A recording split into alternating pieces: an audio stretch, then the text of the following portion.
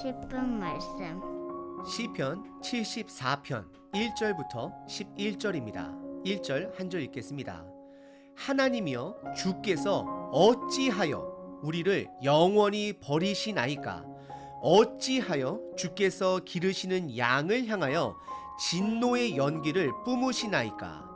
오늘 시편 74편은 소망이 사라져가는 시대 속의 시인의 부르짖음입니다. 구약시대 때는 말씀이 사라져갈 때 소망이 함께 사라져갔습니다. 예를 들어 아모스 선지자는 아모스 8장 11절에 주 여호와의 말씀이니라 보라 날이 이를지라 내가 기근을 땅에 보내리니 양식이 없어 주림이 아니라 물이 없어 갈함이 아니요 여호와의 말씀을 듣지 못한 기갈이라 라고 예언하고 있습니다. 구약시대에서는 말씀이 없었기 때문에 그들에게 갈급함이 있었습니다. 하지만 지금 시대는 다릅니다. 어느 시대보다도 말씀이 넘쳐나는 시대입니다. 말씀에 대한 분별력만 있다라면 복음적인 말씀은 많이 찾아볼 수 있습니다.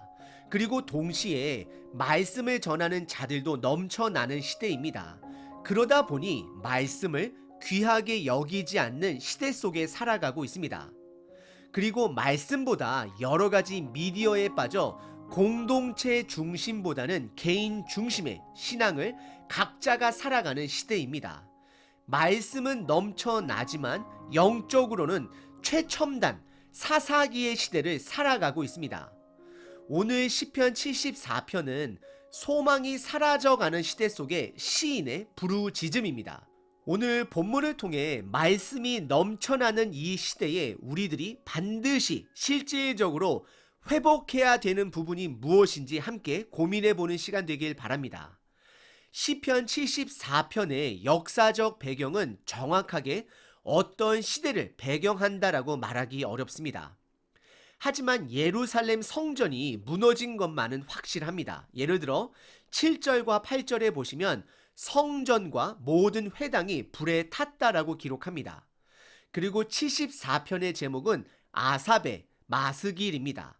참고로 마스기라는 단어는 정확한 뜻은 알 수 없지만 교훈적인 시, 묵상의 시, 능력이 있는 노래라는 뜻으로 여겨집니다. 아삽이라는 사람은 다윗 왕 때 있었던 자로서 그 당시 이스라엘 성막은 함락되지 않았던 시대입니다. 그래서 이 시를 아삽의 후손들의 시로 보기도 합니다. 그리고 바벨론 포로 시기로 본다 할지라도 9절에 보시면 더 이상 표적은 보이지 않고 선지자도 없다라고 고백합니다.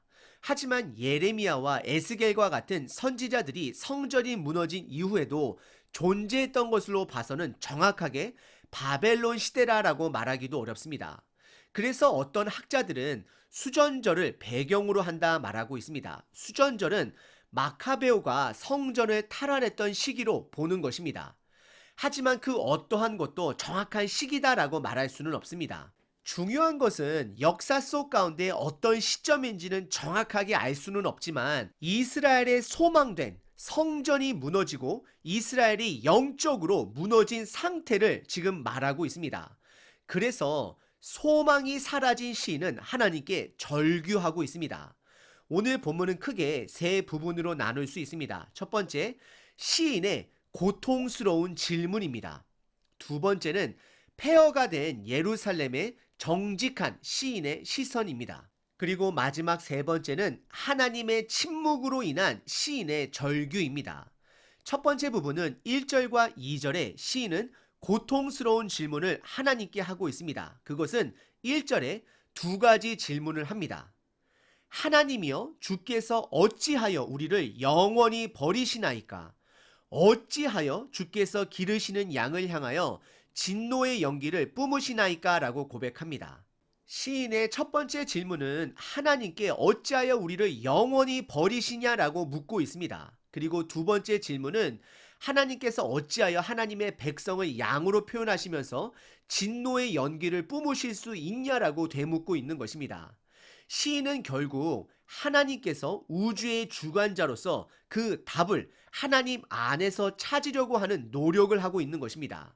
그래서 이어지는 2절에 시인은 하나님의 언약, 즉 약속을 기억해 달라 간구합니다. 2절입니다.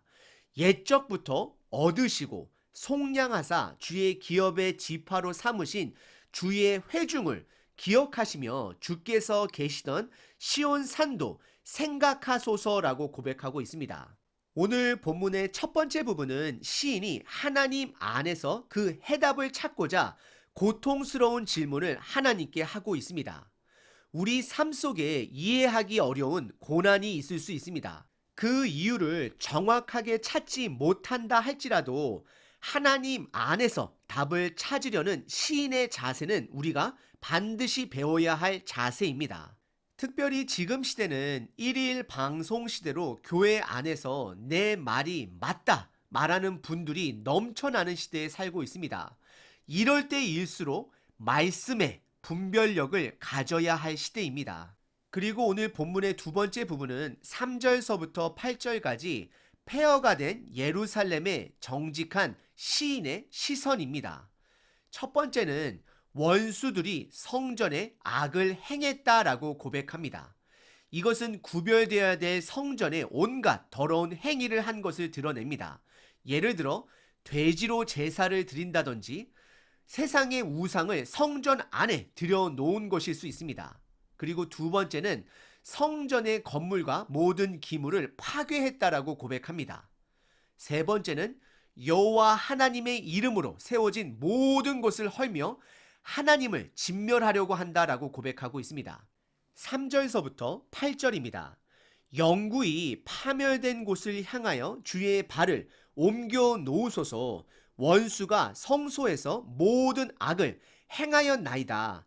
주의 대적이 주의 회중 가운데서 떠들며 자기들의 깃발을 세워 표적으로 삼았느니 그들은 마치 도끼를 들어 살림을 베는 사람 같으니이다.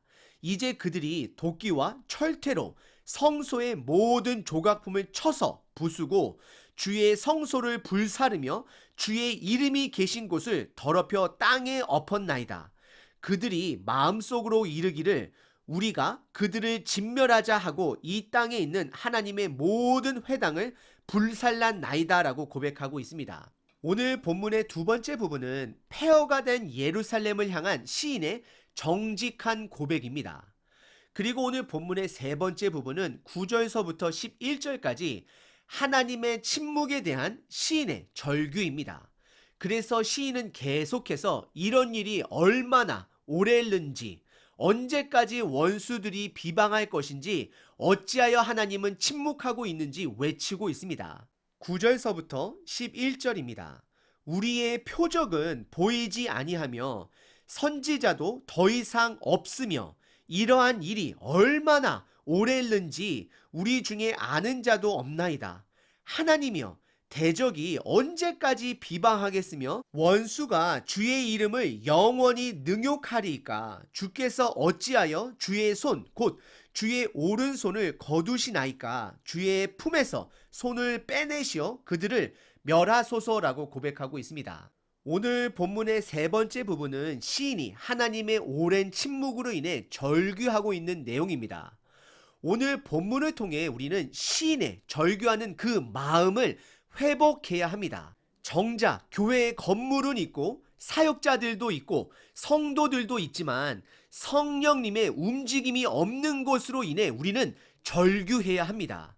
저와 여러분들은 교회를 문화생활하기 위해 소속된 자들이 아닙니다.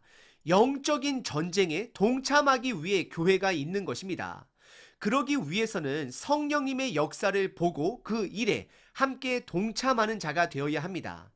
하나님이 이 시대에 팬데믹을 허락하신 것은 이 시대 교회들에게 마지막 기회를 주신 것이 아닌가라고 생각하기도 합니다. 여러분들 기억나시나요?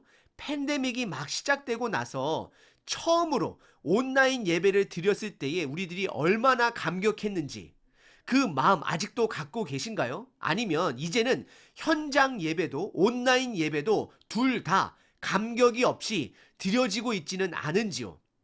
이 변해가는 시대 속에 우리는 반드시 두 가지를 실질적으로 회복해야 합니다. 첫 번째, 변하지 않는 진리의 말씀을 내 삶 속에 매일 먹어야 합니다. 우리들이 최소 하루에 한두 끼는 드시는 것처럼 우리는 하나님의 말씀을 매일 드셔야 합니다. 먹지 않으면 힘을 쓸 수가 없습니다. 그리고 두 번째, 교회의 공동체를 회복해야 합니다. 교회란 성경 말씀이 머리가 되어, 즉 기준이 되어 움직이는 유기적인 공동체를 말하고 있습니다. 그래서 가정 안의 교회를 회복해야 합니다. 우리 교회 안에 교회를 회복해야 하는 것입니다. 그러기 위해서는 교회 모든 한 사람 한 사람이 말씀을 묵상하고 내가 묵상한 말씀을 최소 일주일에 한 번, 주일 예배가 아닌 소그룹으로 나눌 수 있는 사람들이 반드시 있어야 합니다. 여러분들께서는 그런 그룹이 있으신가요? 오늘 시인은 예배의 장소가 무너졌으므로 안타까워하며 절규하고 있습니다. 하지만 저와 여러분들은 감사하게도 교회도 있고 성령님도 함께 하시고 성경 말씀도 있습니다. 우리들은 아직 회복의 기회가 있다라는 것입니다. 지금 현재도 영국의 교회들은 매년마다 수천 교회들이 문을 닫아가고 있습니다. 그러면 여러분들이 계신 미국, 한국, 호주, 캐나다의 이런 교회들은 괜찮은가요? 우리들도 어쩌면 앞으로 교회도 목회자들도 믿음의 공동체조차 다 사라질 수 있습니다.